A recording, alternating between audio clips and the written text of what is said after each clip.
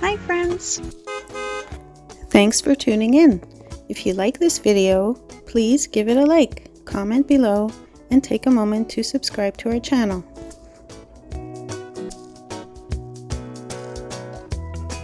Welcome to our drive along Lakeshore Road on the beautiful northeast side of Lake Erie in Ontario.